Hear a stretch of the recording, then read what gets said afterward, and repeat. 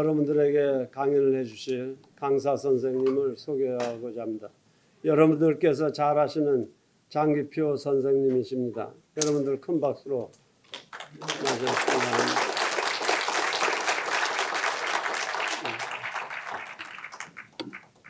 맞으시기 여러분들께서 장기표 선생님에 대해서는 잘 아시기 때문에 더 특별히 제가 말씀을 드리지 않겠고 1970년대 우리나라의 정치 모든 면에서 그 암울한 시기에 소위 학생운동을 주도하셨던 학생운동의 대부이십니다.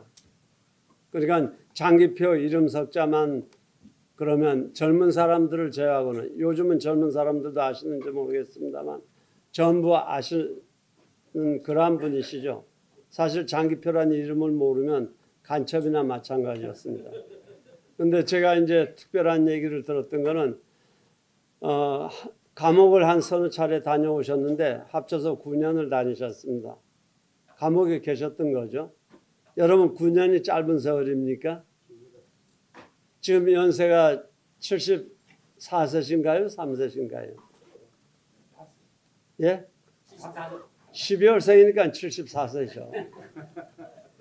74년 가운데 9년을 감옥에서 보내셨다 그러면 여러분들 어떤 생각이 드십니까? 아, 바로 저런 분들이 계셔서 하나님께서 이 나라를 지켜주신 거구나. 그러한 생각이 여러분들께서 드실 겁니다. 장기표 선생님은 기독교 신자는 아니십니다. 그러나 감옥에 계신 동안 매일 시간을 정해놓고 마태복음서부터 사모님은 댁에서 장 선생님은 감옥에서 그렇게 성경을 공부하셨던 분들입니다. 웬만한 기독교인들은 성경에 관한 한 장기표 선생님 앞에서 맥을 못 추십니다. 그러한 분이신데 사실 평생을 저는 축협중앙회장을 하다 좀 사고 칠 때 그때 새벽에 제 병실에 처음 찾아주신 분이 장기표 선생님입니다. 그래서 그 후에 지금까지 쭉 인연을 맺고 있습니다만 굉장히 아쉬운 것은 저런 분들이 한번 이 나라의 지도자가 되셔서 경륜을 펴셨으면 참 좋겠다 그랬는데 이게 세월만 무심하게 지나가고 지금 계속 그 열정을 가지신 채 대한민국이 말하자면 대한민국 국민들이 잘 되기를 위해서 계속 노력하고 계시고 몸으로 살아있는 정치 역할을 하시는 분입니다. 오늘 여러분들에게 말씀해 주실 내용은 문재인 정권의 총체적인 시국 바탕과 대안. 대개 사람들은 이 이야기를 할 때 대안에 관해서는 얘기를 잘 안 합니다. 그러나 평생을 살아오시면서 대한민국이 어떻게 하면 부강하고 골고루 잘 사는 나라가 되느냐에 대해서 연구를 하셨기 때문에 현재 가지고 있는 여러 가지 문제점에 대한 확실한 대안을 가지신 분 중에 한 분이십니다. 여러분들 장기표 선생님 나오실 때 큰 박수로 맞아주시고 경청해 주시기 바랍니다. 감사합니다.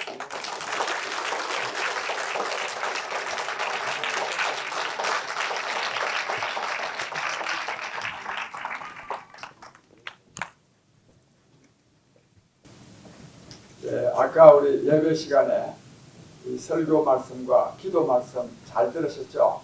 네, 저도 아주 감명 깊게 감동적이었습니다. 하나님께서 사람을 찾고 계신다는데 여기 오신 여러분들이야말로 하나님께서 찾고 계신 사람이라고 저는 생각합니다. 그렇지 아니하다면 다들 이 휴일날 바쁘실 텐데 여기 저 말씀 사실 들어보시면 아시겠지만 특별한 것이 없습니다. 하여튼 그런 말씀 드릴까봐 하여튼 나라 생각하는 마음으로 또 이 나라가 어지러우니까 이 나라를 좀 구하고자 하는 그런 뜨거운 애국심으로 모셨겠기에 여러분께서 바로 하나님께서 찾고 계신 바로 그 사람이다. 저는 그런 생각을 확실히 합니다.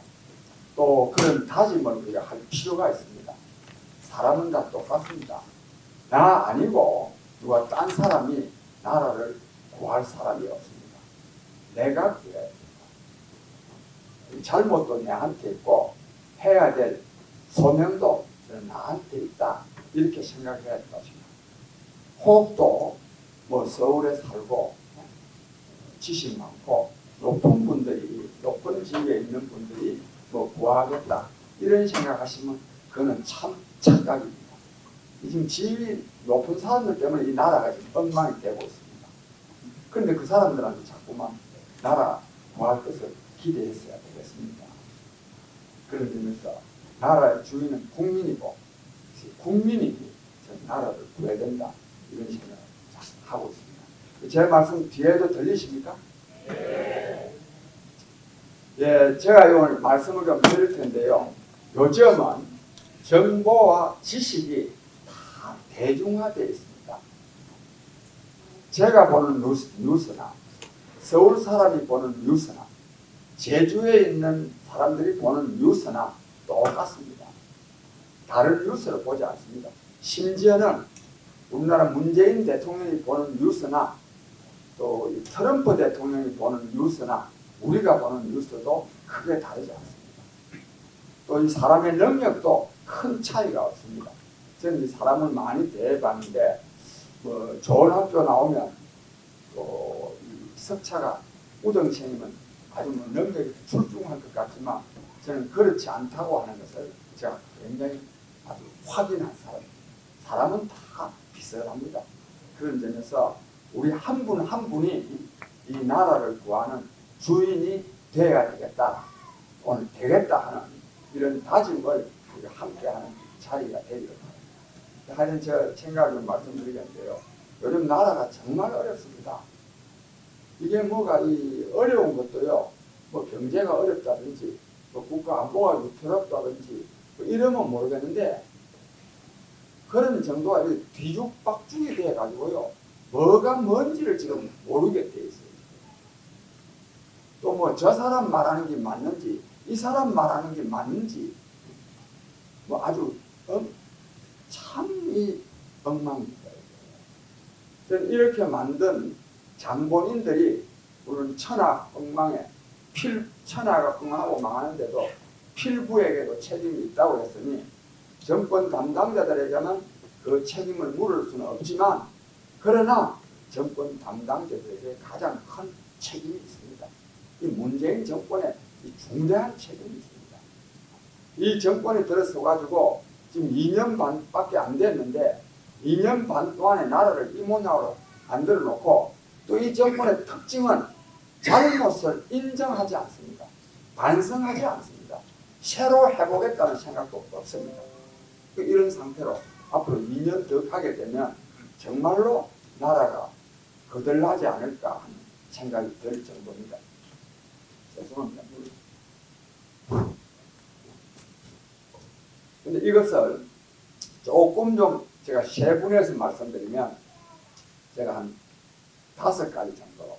우리 경제가 어렵죠? 경제가 정말 어렵습니다. 저는 며칠 전에 인천에 뭐 안 가봐도 알지만 인천에 가서 강연을 했는데 남동공단에서 한 3분의 1 정도는 문을 닫았어요.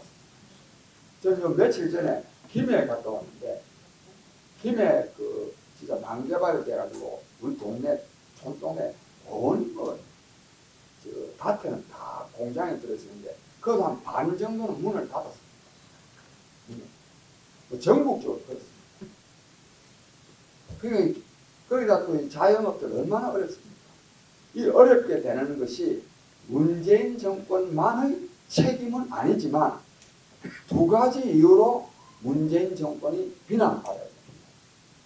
하나는 뭐냐 하면, 이래 어려운데요, 너무 말하자면 보랏빛 청사진을 너무 많이 제시해가지고 국민들이 그냥 엄청난 이 희망의 폭포로 만들었어요.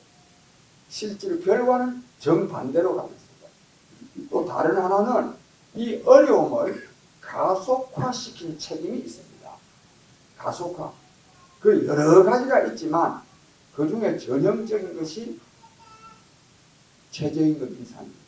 최저임금 인상.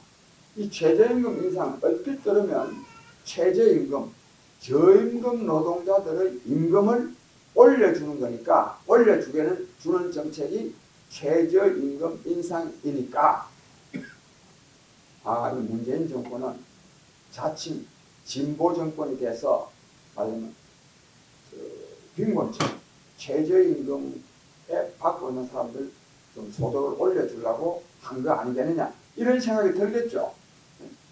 근데 결과는 어떻죠? 최저임금 받는 사람들 저소득층이 좀 소득이 늘어났겠습니까? 혹 거꾸로 소득이 좀 줄어지기라도 했겠습니까? 여러분 그거 알고 계십니까? 실업자 됐습니다. 실업자 됐죠. 소득 그럼 줄어든 거 아닙니까? 최저임금 인상이 저소득층을 더 어렵게 만들었습니다. 그래서 저 같은 사람이 일방적으로 주장하는 것이 아닙니다. 대한민국 국가기관인 통계청 자료에 의해서 확인된 겁니다. 통계청 자료가 금년 2, 4분기 자료도 있고 또 그것도 제가 알고도 있지만 최저임금 인상으로 말미암아서 저소득층 경제가 가장 많이 어려워졌던 때가 작년도입니다. 작년 4, 4분기, 4, 4분기라는 것은 10월, 11월, 12월을 말합니다. 10월 1년을 4등분으로 나누어가지고 1, 4분기, 2, 4분기, 3, 4분기, 4, 4분기 작년 10월달, 12월달 10월달, 11월달, 12월달 이 4, 4분기에 소득 1분기 그러니까 전국적으로 못 사는 사람으로 사는 20%씩 나누어가지고 1분기 저소득 20%의 소득은요 얼마가 떨어졌느냐면 올라간 것이 아니라 22.8%가 떨어졌습니다. 떨어져도 너무 많이 떨어졌죠. 그러면 소득 5분이 상위 20%의 소득은 어땠느냐 이것도 또 정확하게 또 되더라고요. 통계가 어떻게 어디가 좀 말하면 저 사람 말 지어내서 하는 말이 아닌가 싶을 정도로 이 11%는 올랐습니다. 고소득층의 소득은 오르고 한 10% 정도가 오르고 저소득층의 소득은 20% 정도가 떨어졌어요. 이것은 어떤 개인 연구소의 주장이 아니라 대한민국 국가기관인 통계청 자료에 의해서 확인되었습니다. 그래가지고 작년 연말에 얼마나 많은 비난들이 나왔습니까? 그에 대한 문재인 대통령의 대답이 뭔지 아십니까? 대답이 뭐냐면 이에 대해서요. 재경부 장관이나 이런 사람들이 어디 가가지고 뭔가 좀 최저임금 정책을 좀 완화해야 될까 뭐 이런 말들을 얼핏 한 일도 있습니다만 문재인 대통령은 뭐라고 말했느냐? 국민들이 아직도 문재인 정부의 경제정책이 옳음을 체감하지 못해서 그렇다. 이러니 속 터질 말을 합니다. 이게 이 정권입니다. 이게 여기만 그러느냐? 다 그렇습니다. 다른 분야도 다 그렇습니다. 완전히 동문서답입니다. 그래서 이 경제가 이렇게 어렵고요. 오늘 아침에는 보니까 오늘 아침에는 뭐 조금 원체적인 이 정권이 국민의 저항을 받고 있으니까 주 52시간제를 강행하면서 좀 보완책을 뭐 내놓겠다 뭐 이런 말 해놨습니다. 또 그렇게 말해놓으니까 민주노총에서는 이번 11월 달에는 총파업도 한답니다.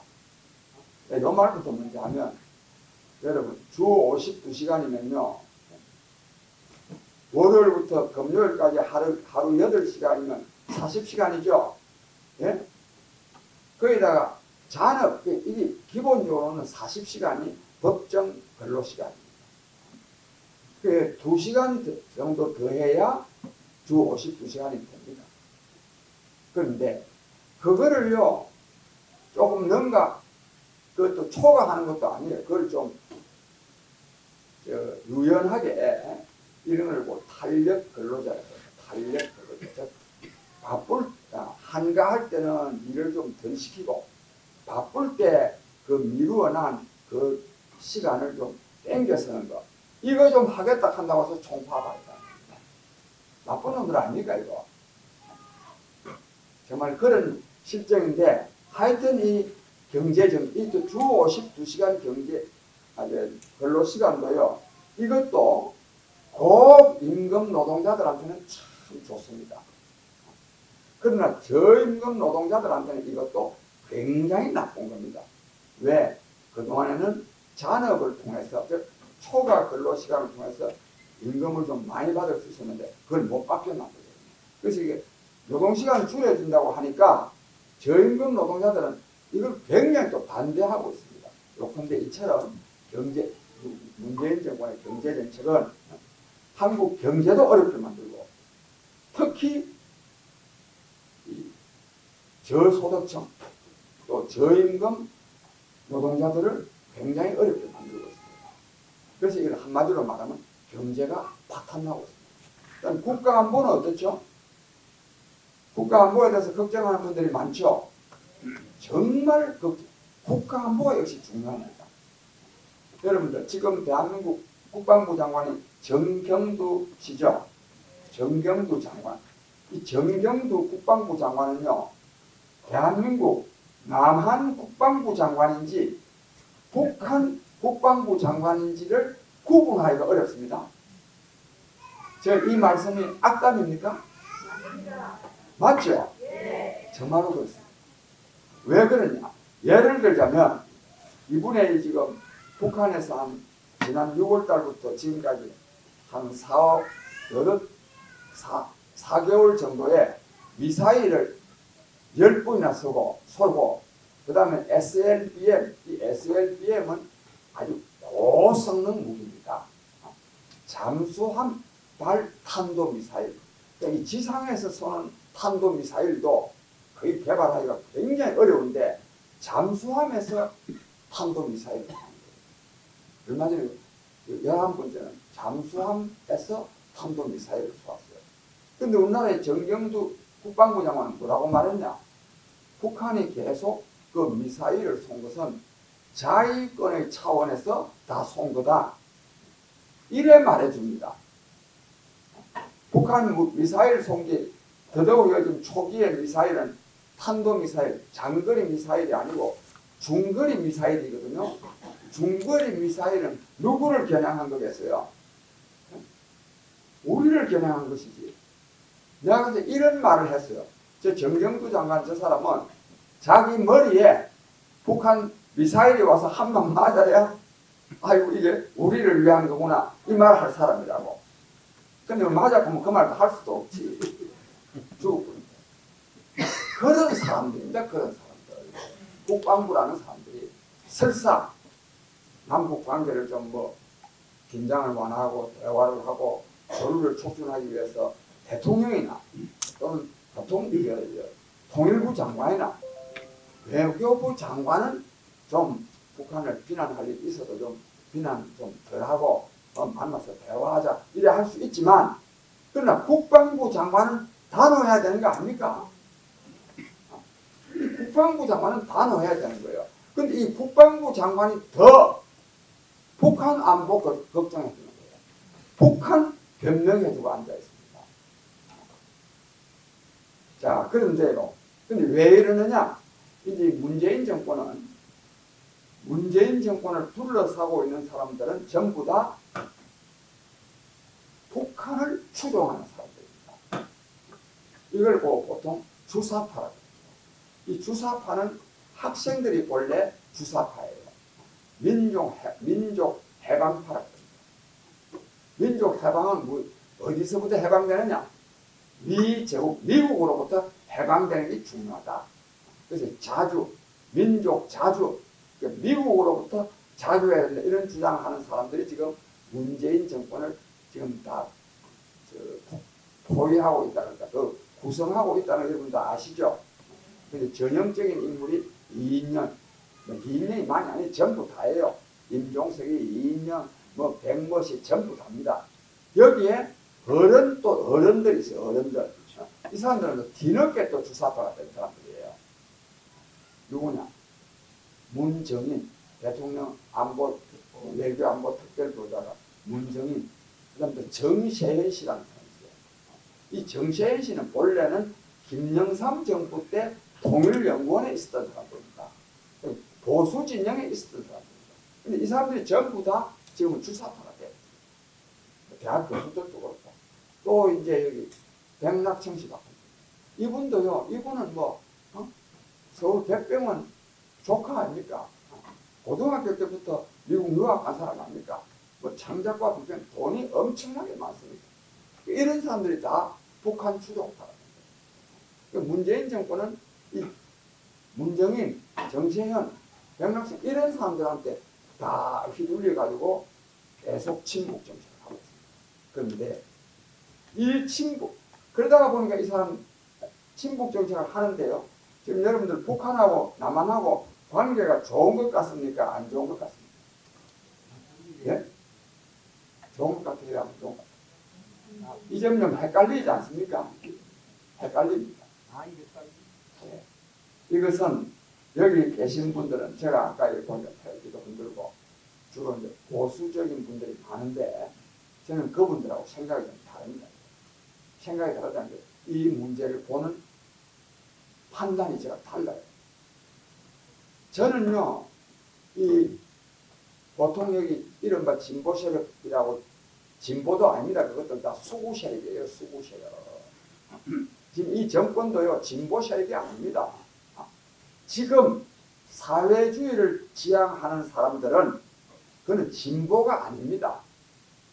한 100년 내지 150년 전에는 사회주의, 곧 공산주의가 진보 이념일 수가 있었고 또 진보로 간주되었습니다.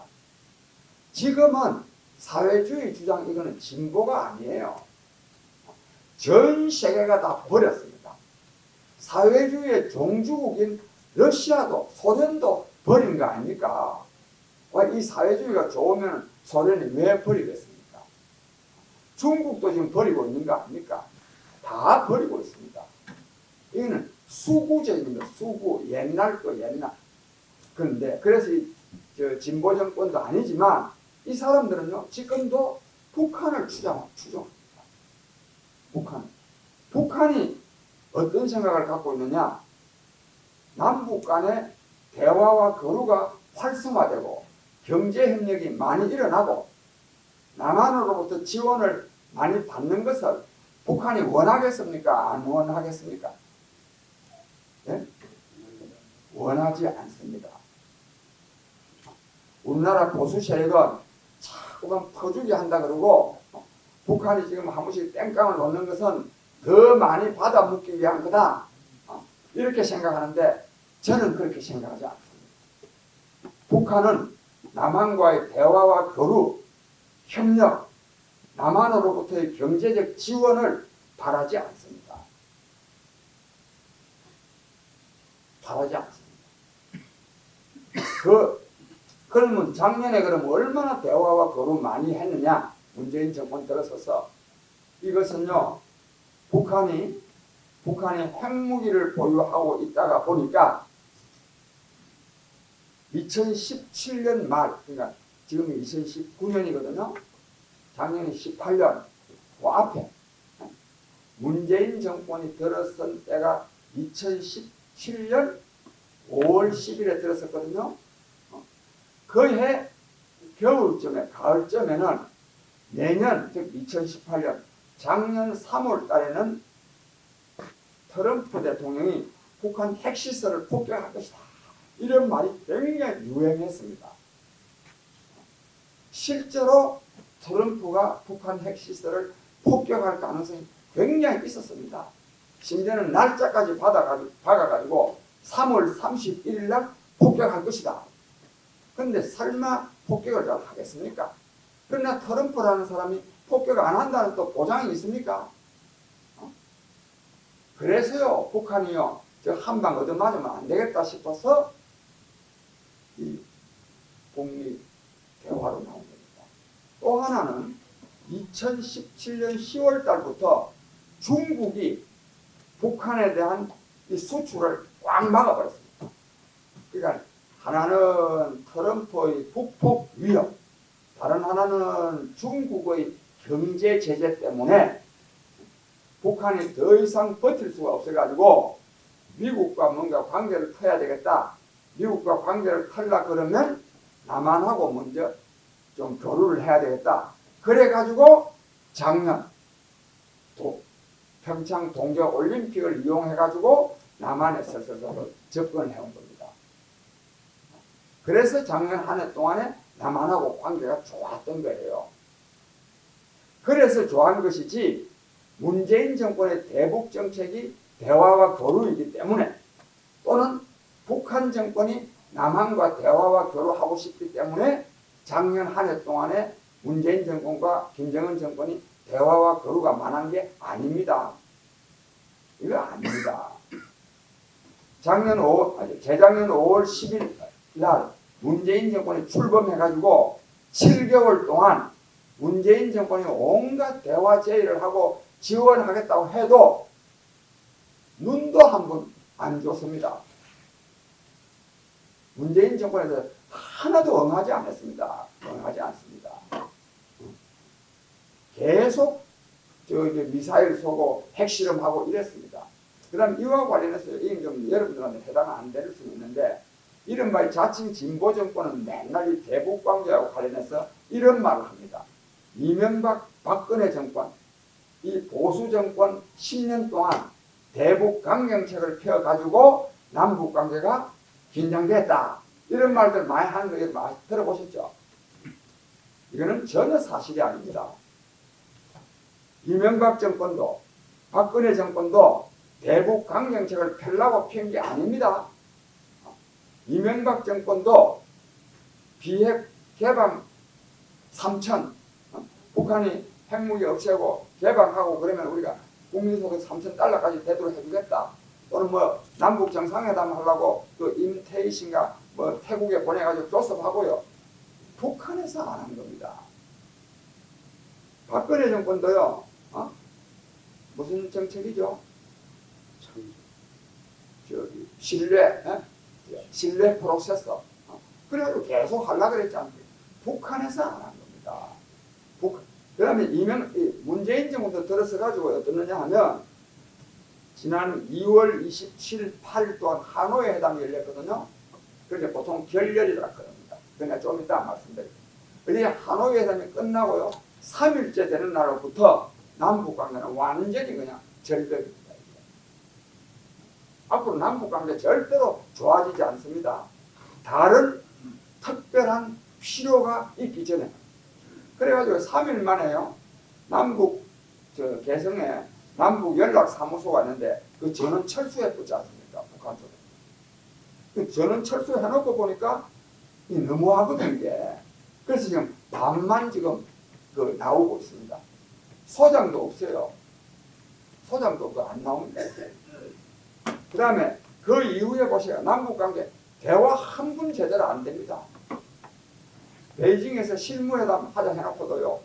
실무회담 하려고 이제 남한에서는 다 북경까지 갔는데 그날 아침에 팩스 한 장 보내가지고 실무회담은 안 한다 했습니다. 지금 남북 간에 대화 됩니까? 전혀 안 되고 있습니다. 문재인 정권이 들어서면 근데 문재인 정권은 어떠느냐? 계속 뭐 주겠다 교류하자 그러는데요. 얼마 전에는요. 북한에서 안 받겠다고 그러니까 국제기구를 통해서 800만 달러를 지원한 일 있죠? 네? 이건 한 6개월이나 기한 한 7, 8개월 전이에요. 또 한 3, 4개월 전에는 50만 톤 또 살을 또 지원했습니다.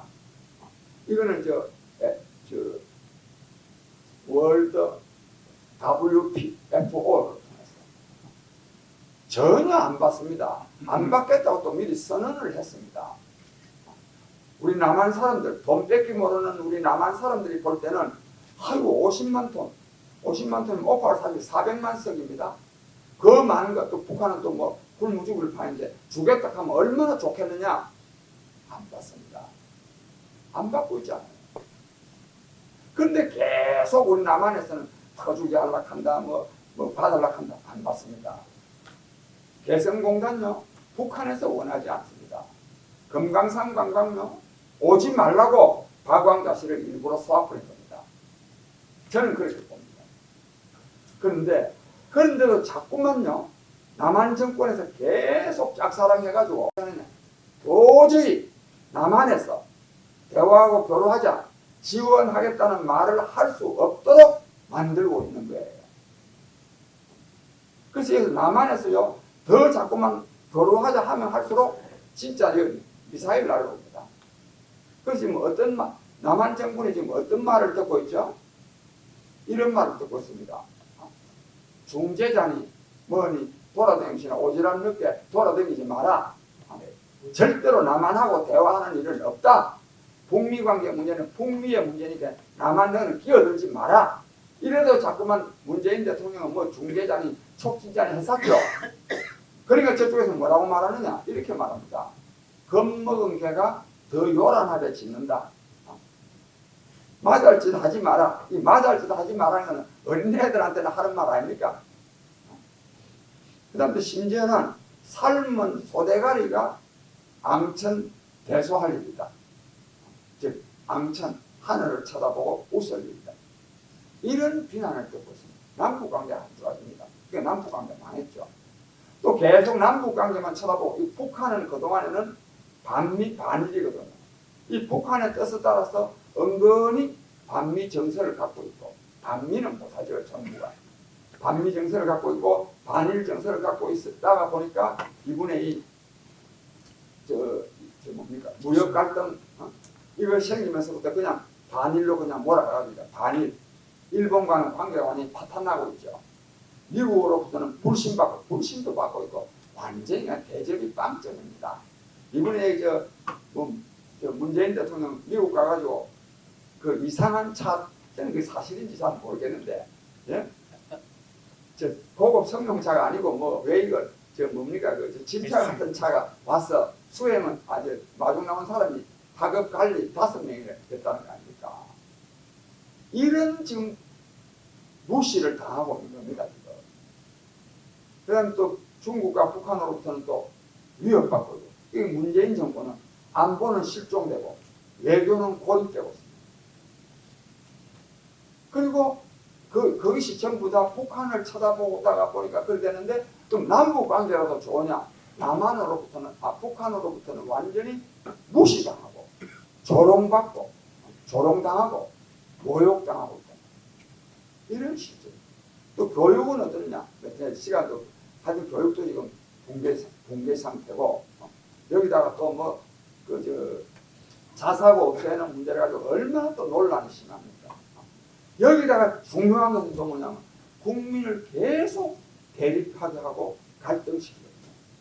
국민이 갈등하면 정말 나라 안 됩니다. 이처럼 경제는 파탄나고 외교는 고립되고 안보는 실종되고 외교는 고립되고 교육은 붕괴되고 국민은 갈등하는, 즉 국정운영 총체적으로 파탄나고 있다. 그럼 이런 정권 끝장내야 되겠죠. 끝장내야 됩니다. 여러분 어떻게 하면 끝장내야 되겠습니까? 끝장낼 수 있겠습니까? 예?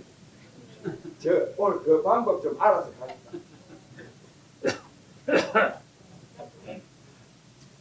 저는 제 말씀 좀 드릴게요. 저는 문재인 정권이 이럴 줄을 좀 알은 사람입니다. 왜냐하면 문재인 대통령이 중요합니다. 대통령이 다 하는 것은 아니지만 역시 대통령이 중요합니다. 어떤 단체도 그 단체의 대표가 중요합니다. 대표가 평소에는 다 하는 게 아닌데 중대 문제에 대해서는요 결단을 내야 돼요. 대표가 결정을 해야 돼요. 그래서 대표가 역시 중요한 게 아니라 제일 중요합니다. 근데 이 대표 문재인 대통령은요, 제가 볼 때는 자기 생각이 없는 사람입니다. 이게 진짜 문제입니다. 나쁜 사람보다도요 자기 생각이 없는 게 이게 더 문제입니다. 이게 심지어 이런 말도 있습니다. 잘못된 결정이라도 결정을 안 하는 것보다는 나은 거예요. 결정 안 하는 거 있지 않습니까? 이것은 잘못된 결정이라도 결정을 해요. 지도자. 이 사람은요 자기 생각이 없는 거예요. 여기서 하자 하면 저기서 하자 하면 전부 다 그렇습니다. 제가 그래서 이 후보 시절에 제가 이런 말 한 거 여러분 아십니까? 박근혜 대통령이 되는 최순실 씨 한 명이라면 문재인이한테는 최순실이가 10명이다. 제가 이런 말 한 거 여러분 아세요? 예, 맞습니다. 아시는 분은 좀 아시겠지만 제가 이것 때문에 유명해진 사람입니다. 네. 이게 막 신문에 나가지고 역시 장기표시 말이 맞다. 정말로 맞습니다. 그래서 이 사람이 이 정권이 어려운 이유가 여기에 있습니다. 대통령이 자기 판단이 없는 거예요. 만약 이번에 조국이 사태만 하더라도요. 대통령이 자기 판단이 있다면 저렇게나 국민적 저항을 불러일으킬 사람을 임명하겠습니까? 안 하지. 안 합니다. 이 사람은 자기 생각이 없이요. 유시민이, 공지현이, 이회수 등등에다가 한겨레신문, 경향신문 이런 사람들이 야 우리가 계속 조국이를 옹호해놨는데 지금 와가지고 임명을 안 하면 우리는 그럼 뭐 되느냐? 임명하라 하니까 임명하는 거예요. 지가 제일 망하면 누가 제일 망하겠습니까? 예? 대통령이 제일 망합니다. 지 망할 줄은 모르는 거예요. 내가 오늘요 오다가 비행기 안에서 신문을 하나 오래가 봤어요. 이 한겨레 신문 논설인데 이 사람이 그랬죠. 논설인데 이런 구절이 있더라고요. 한겨레 신문도 답답한 모양이라 어떤 구절이 있느냐 하면 있느냐 하면 그렇지 않습니다. 지난번에 그러니까 임명은 왜 했느냐 하면 유시민, 공지영, 한겨레 등등이 이미 벌써 조국 그 전에 어쨌느냐 하면 임명할 거요 안 할 거요 하니까 청와대에서 무슨 소리 하냐 임명 강행이다 이렇게 말해놨거든요. 말해놓으니까 이제 이것들이 뭐 완전히 그냥 조국이를 옹호하고 나왔는데 어떤 분이 가서 임명 안 하면 안 되겠죠. 이걸 또 확실히 증명할 수 있는 게 정의당입니다. 정의당이라는 게 있죠. 그걸 데스 노트라고 해요. 데스는 죽음을 말하는 거예요. 그러니까 정의당에서 이름을 데스 노트에 올리면 그 영화 제목인데 올리면 안 하는 겁니다. 정의당은 청와대하고도 통화해가지고 하거든요. 정의당에서도 데스 노트에 이름을 올리지 않았어요. 올리지 않았다는 것은 뭐냐 하면 청와대의 방침이 임명입니다. 장관 임명입니다. 이래놨는데 이게 막 엄청나게 들고 있는데 이제 임명을 안 해야 될 텐데도 불구하고 이 사람들은 임명한다고 말해놨으니까 임명을 한 겁니다. 임명. 그 다음에 지금은 어떠느냐? 지금 이 정도 되면 잘못하면 지금 최소한도로 조국 장관은 구속은 안 되더라도 기소까지는 될 가능성이 있죠. 이미 다 드러났습니다. 그러면 기소가 되면 이 사람 물러나겠어요? 안 물러나겠어요? 예? 물러나야 된다. 물러나야 되는데 안 물러날 거다. 이게 아주 이 정답입니다. 그래서 이 한겨레 이 사람도 한겨레 신문이 웃긴 놈들인데 답답하니까 뭐라고 써놨냐면 지금은 근데 이 해임을 사퇴를 못 시키게 돼 있어요. 잘 공지영이나 유시민이나 이것만이 아니라 서초동 집회에서요 뭐 엄청난 말하자면 100만 명 이상을 모아가지고 조국 수호를 외치도록 해놨죠. 이 사람들이 100만 명이나 광주에서 부산에서 올라와가지고 조국 수호를 외치는데 이걸 사퇴시키기가 어렵지 않겠습니까? 그렇겠죠. 점점 지금 빠져들고 있는 겁니다. 구렁텅이 지금 점점 빠져들고 있습니다. 그래서 한겨레 신문 논설에서 뭐라 했냐면 촛불 집회에 참석한 여러분들이 문재인 대통령을 좀 놓아주라 그래놨어요. 놓아주라. 이 말은 뭐냐? 촛불 집회에서 조국 수호를 외쳤지만 문재인 대통령이 조국이를 해임, 사퇴시키도 그걸 비난하지 말아 달라 이런 말을 해놨습니다. 참 답답한 일이지. 얼마나 이 사람도 답답하면 이런 말까지 써놨겠습니까? 요컨대 문재인 정권은 이처럼 여기 계신 분들 중에요. 원래도 문재인 대통령은 뭐라고 말했느냐 하면 5가지 위장 전이, 탈세, 병력 면제인가 뭐 이런 거 몇 가지 중에 5가지 중에 한 가지만 걸려도 장관으로 임명하지 않겠다고 초기에 약속한 일이 있죠. 그렇게까지 해가지고 또 이미 많은 사람들이 17, 몇십 명이 또 낙마도 했죠. 중간에. 근데 조국이는 저렇게나 끌고 가는 게 여러분 이해가 됩니까? 이해가 안 되죠. 왜 저런 것 같습니까? 김정은이가 결제 안 해버리고. 김정은이가 이제 보통 그렇게 말하는 분들이 있는데요. 그거와 관해서 참 들으면 아까 제가 그랬잖아요. 김정은이가 여기 상대 아닙니다. 김정은이가 상대하지 않습니다. 또 만약 김정은이가 임명을 시킨다면 왜 임명을 하락할까요? 대한민국 망하라고요? 문재인 정권 끝장나라고요? 사회주의 만들어. 예? 부려먹기 좋으니까. 근데 부려먹기 좋은 이거 조국이 때문에 지금 이 정권이 날아가게 생겼는데요. 저 말씀 줄입니다. 조국이 사건 이거는 임명부터 지금까지 해임하지 않는 거 이거는 보통 우리 대한민국 국민 중에 그 몇 사람 빼고는 상상도 할 수 없는 일이죠. 왜 이런 일이 일어날까요? 저는 이렇게 생각합니다. 문재인 정권이 대한민국을 지금 거들내고 있기 때문에 이 정권을 끝장을 내야 되겠는데 끝장을 내려 그러면은 국민의 분노에 찬 투쟁을 유발해야 되겠는데 그 유발하기 위해서 신이 하나님이 만들어낸 작품이라는 것이 저는 이 조국 사건이라고 생각합니다. 정말입니다. 아니 바보라도 여지가 아닌 바보면은 이런 사람을 왜 임명을 해가지고 이런 비난을 듣습니까? 조국이 밖에 사람이 없습니까? 얼마나 사람 많이 있지 않습니까? 뭐 검찰개혁, 조국이라야 검찰이 개혁이 됩니까? 전혀 아닙니다. 왜 이런 바보짓을 하겠냐 이거. 저 사람도 사람인데. 이거는 정말 사람의 생각으로는 할 수 없는 거. 그게 뭐죠? 하나님의 생각. 하나님이 왜 저랬겠느냐? 저 사람들한테는 안타깝지만 이 문재인 정권을 끝장내려고 그러면 저런 걸 하나 사건이 일어나게 해야 되겠다. 저는 정말 이거 확신합니다. 제가 이 기독교인은 아니지만 맞습니다. 확신합니다. 이렇지 않냐고 인간으로서는 할 수 없는 일이니까. 그런데 이 문재인 정권은 문제가 아니라 또 문제가 있는데 유시민이 등등 있잖아요. 공지영이. 공지영은 옛날에 저하고 민중당을 같이 한 사람이에요. 또 유시민이 뭐 학생운 공조 후배고 뭐 등등인데 이런 사람들을 보고 진보라고 자칭하는데 사실은 수구적 진보고 사이비 진보입니다. 사이비 진보. 즉 진보처럼 보이지만 실제로는 진보가 아닌 유사하지만 아닌 빗자 사이비 진보. 이 사이비 진보가 엄청나게 많거든요.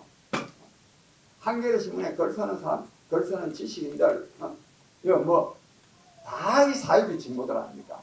이 사이비 진보들이 전부 다 기득권층이 되어 있습니다. 김대중 정부, 노무현 정부, 문재인 정부에 내려오면서 엄청난 기득권을 지금 누리고 있거든요. 이런 사람들 끝장내야 되겠죠. 이런 사람 끝장내려고 그러면 조국이 같이 이런 사이비 진보 인사를 하나 폭로시키는 것만큼 효과적인 방법이 어디 있겠습니까? 저는 그래서 기득권층이 된 이 사이비 진보들을 끝장내게 하기 위해서 저는 또 조국이 사건이 만들어진 거다. 조국이 지가 만들 능력은 없는 거고 그렇고 그래서 이거는 정말 신이 만들어낸 작품이다. 또 제가 이렇게 생각하는 데는 여러분 이 조국이 부부가 저지른 거 뭐 포창장 위조 포창장 위조도 한 군데입니까? 그것도 또 그냥 간단한 거 뭐 초등학교 이런 거 한 장이 아니고 2주 동안 인턴도 나중에 보니까 한 것도 아닌데 인턴하고 그 어려운 병리학 논문에 제1저자로 등록된다는 거 이것도 정말 신의 작품 아닙니까 이거? 인간이 어떻게 상상이나 할 수 있겠습니까? 내가 아무리 대학 교수라 하고 내 친구가 대학 교수라 하더라도 한 2주일 동안 고등학생을 인턴 시키나 놓고 그 어려운 논문에다가 그 제1저자로 야 좀 등록 좀 하자. 이 말이 가히 나올 수가 있는 겁니까 이게? 나올 수가 없는 거지. 이는 상상을 절하는. 그래서 저는 조국이 부부가 한 이 뭐 부정 비리 또 사모펀드에 또 야 갈수록 또 태산이에요. 이거요 한 두서너 사람이 이거 해가 할 수가 없는 거예요 이게. 이것도 저는 신의 작품이라고 생각합니다. 저는 그래서 근데 신이 뭐 어디 우리를 저주하기 위해서 그런 것이 아니라 하나님께서 왜 우리를 저주하겠습니까? 이 나라 잘 되게 하겠습니다. 끝으로 이 부분과 관련해서요. 저는 뭘 이왕 잘못하려면요. 화끈하게 잘못해야 그래야 화끈하게 저는 거듭날 수 있다고. 저는 그래서 이분의 이거를 계기로 해가지고 진짜 대한민국이 저는 새로워져야 된다고 생각합니다. 아멘. 아멘. 박수도 한번 같이.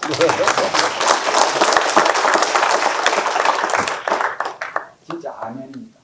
정말로 그래 돼. 그리고 우리는 그래 될 수 있는 조건에 처해져 있습니다. 저는 우리 한민족 국가가 21세기 아시아 태평양 시대를 맞이해서 세계의 중심 국가로서 전 세계를 인도해 가는 그런 모범 국가가 저는 될 수 있다고 생각하고 저는 이런 나라를 만들기 위해서 저는 정치를 해왔습니다. 그것도 아멘입니다. 아멘. 정말입니다. 저는 이것이 전 전공입니다. 이 부분이 요 조금만 요 부분을 좀 말씀드릴게요. 20세기는요, 이건 학술적인 이야기인데 20세기 전 세계는요 자본주의와 사회주의의 대립이었습니다. 미국을 중심으로 한 자본주의 국가와 소련을 중심으로 한 사회주의 국가가 전 세계적 차원에서 대립되어 있습니다. 20세기 전체로. 그런데 이 자본주의와 사회주의의 대립이 어디에서 가장 격렬하게 대립되었습니까? 네? 한반도입니다. 이게 기가 막힌 일입니다. 한반도에서 그래서 20세기 전 세계를 지배한 이 이데올로기의 대립이 한반도에서 가장 격렬하게 나타남으로써 한반도에서 6.25 전쟁이 벌어졌습니다. 엄청난 사람이 죽었습니다. 그 뒤에 이념, 사상과 이념의 문제로 43년간 징역사가 살아있습니다. 또 징역 상당히 약과고 이 사상 문제로 북한은 북한대로 남한은 남한대로 죽은 사람도 엄청나게 많죠. 옛날 뭐 고대혁명 사건 같은 이것도 다 그런 겁니다. 그런데 이 세상의 이치는요 어떤 문제로 말미암아서 가장 고통을 많이 겪은 바로 그곳에서 그 사람한테서 이 고통의 원인을 극복할 수 있는 새로운 대안을 만들어낸다는 것이 이것이 세상의 이치입니다. 이게 그렇다면 20세기를 주도한 이데올로기의 대립이 한반도에서 가장 격렬하게 대립되고 그것으로 말미암아서 가장 많은 고통을 겪었다면 이 20세기 대립에 된 이 이데올로기의 대립을 극복할 새로운 대안이 어디서 나오겠죠? 한반도에서 나옵니다. 한반도에서. 정말 건방진 말씀인데요. 저 장기표는 말하자면 이 한반도에서 한다고 해서 뭐 시장에서 장사하는 사람들한테서 나올 수 있는 거겠습니까? 그건 아니겠죠. 즉 이런 문제를 가지고 고민하고 아주 치열하게 노력한 사람들한테서 나오는 거지. 저는 그래서 감히 제가 이런 자부도 하고 또 역사적 소명감도 갖고 있는데 나 같은 사람이 이런 즉 한반도에 부여된 세계사적인 소명을 나 같은 사람이 감당해야 된다. 이런 소명감과 자부심을 가지고 저는 노력해온 사람입니다. 아멘. 그래서 저는 민주시장 녹색 사회민주주의 또는 민주시장주의를 주장하고 있는데 이것은 대한민국을 위해서만 필요한 것이 아니라 21세기 전 세계가 나아가야 될 방향이 이게 맞다. 나는 이런 자부심도 갖고 있습니다. 이건 박수는 치지 마세요. 제가 너무 오만하게 말씀드렸습니다. 요컨대 우리 한반도는 이처럼 특히 아시아 태평 세계의 중심이 아시아 태평양 시대를 좀 오고 있는 겁니다. 이 아시아 태평양 시대에 마침 또 지역적으로도 한반도가 중심이죠. 또 한반도가 또 나라도요. 흔히들 우리나라 사람들 이런 생각을 많이 하고 있습니다. 약소국가의 서로 지금 대한민국이 약소국가입니까? 또 뭐 지정학적으로 불리하다. 지정학적으로 불리한 위치입니까? 아닙니다. 지금 대한민국은요 약소국가가 아닙니다. 한반도가 통일되면 인구 7,500만 명에 남북한 합해도 국민소득이 약 한 2만 한 5천 달러 됩니다. 중국은 지금 10,000달러밖에 안 됩니다. 중국은. 러시아는 지금 10,000달러도 잘 안 됩니다. 그러니까 우리가 한반도가 통일되면 약소국가가 아니라 중국, 일본, 러시아와 어깨를 대등하게 할 수 있는 나라가 됩니다. 저는 이 부분은 제가 설명했는데 저는요 지금이야말로 통일을 이룰 수 있는 적기라고 보는 사람입니다.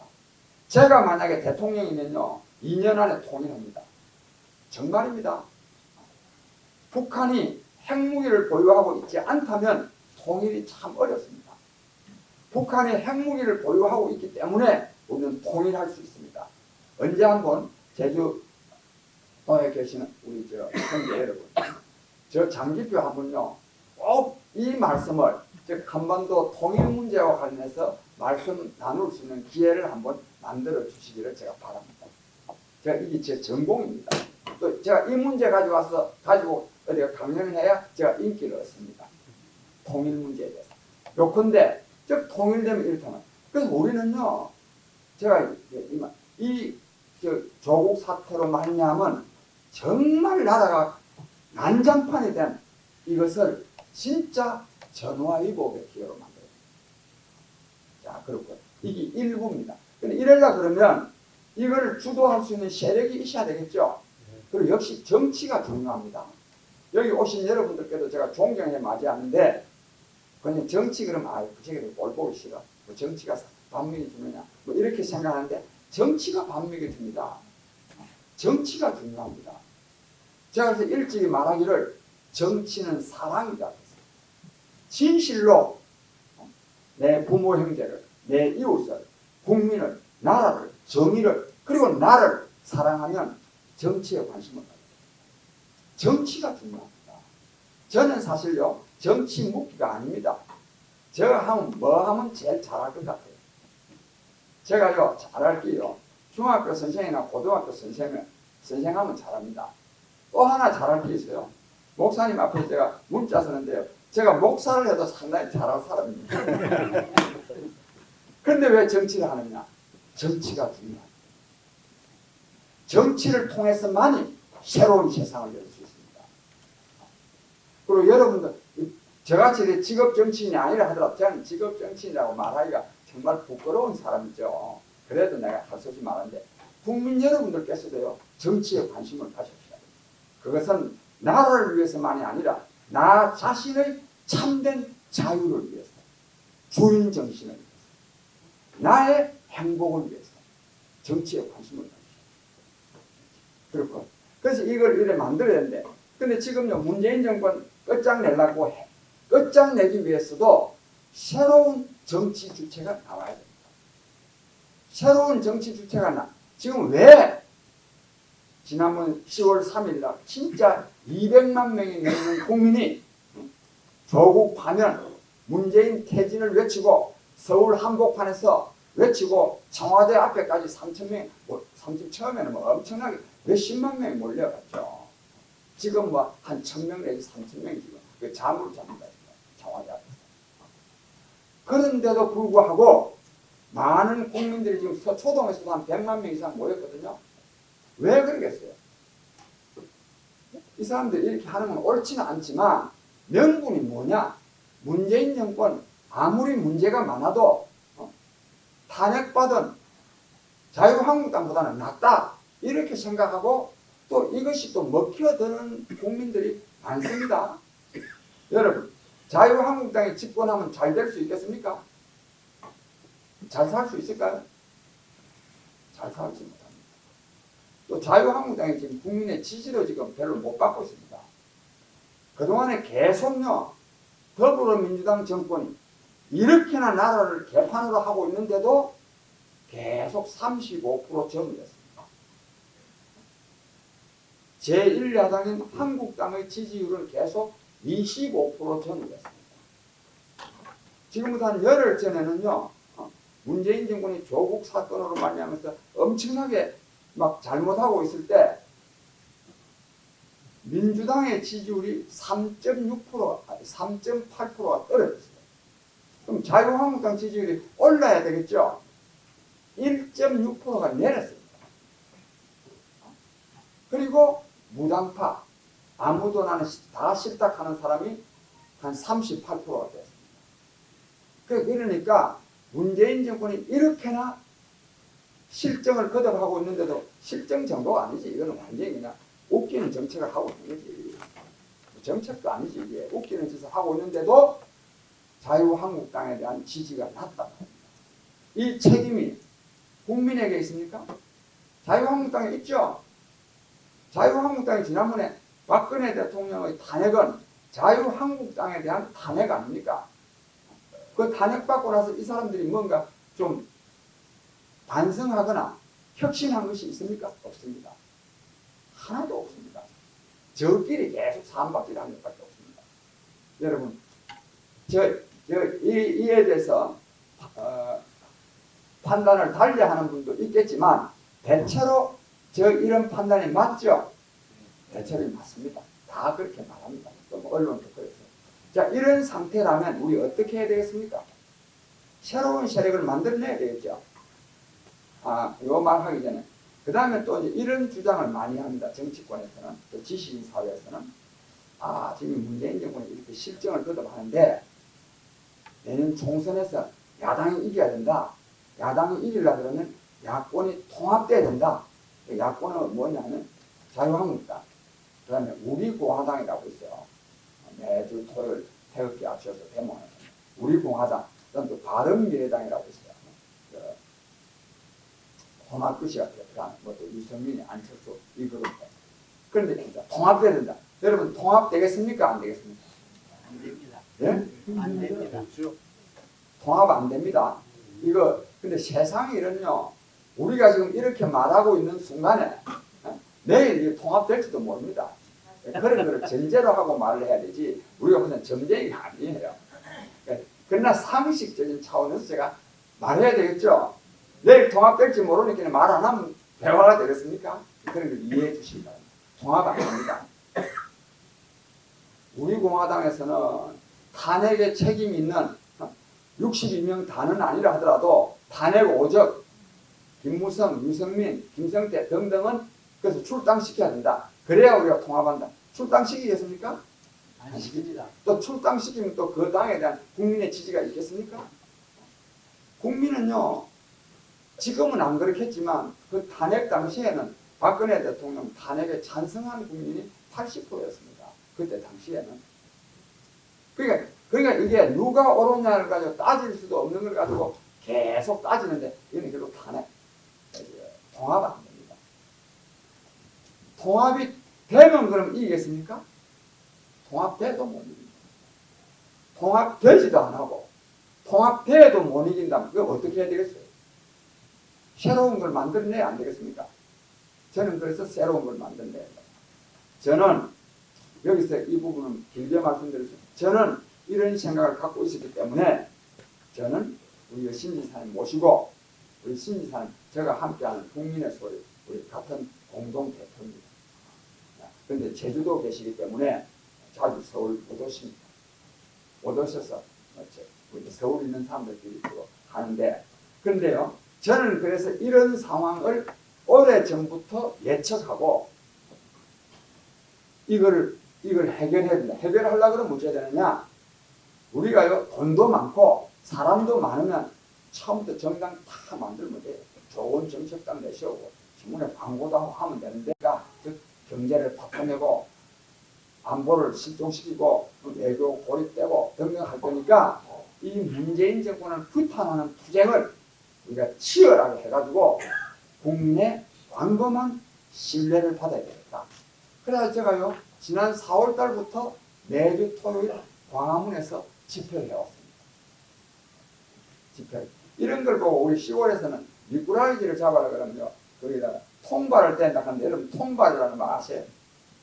쓰는가 모르겠는데 내가 미리 그냥 대기를 하고 있은 겁니다. 이런 사태가 일어나리라고 보고 나는 엄청난 대중 투쟁을 통해서 야, 저 국민의 소리가 정말 저 잘못하고 있는 문재인 정권을 반대하는 투쟁을 굉장히 잘한다.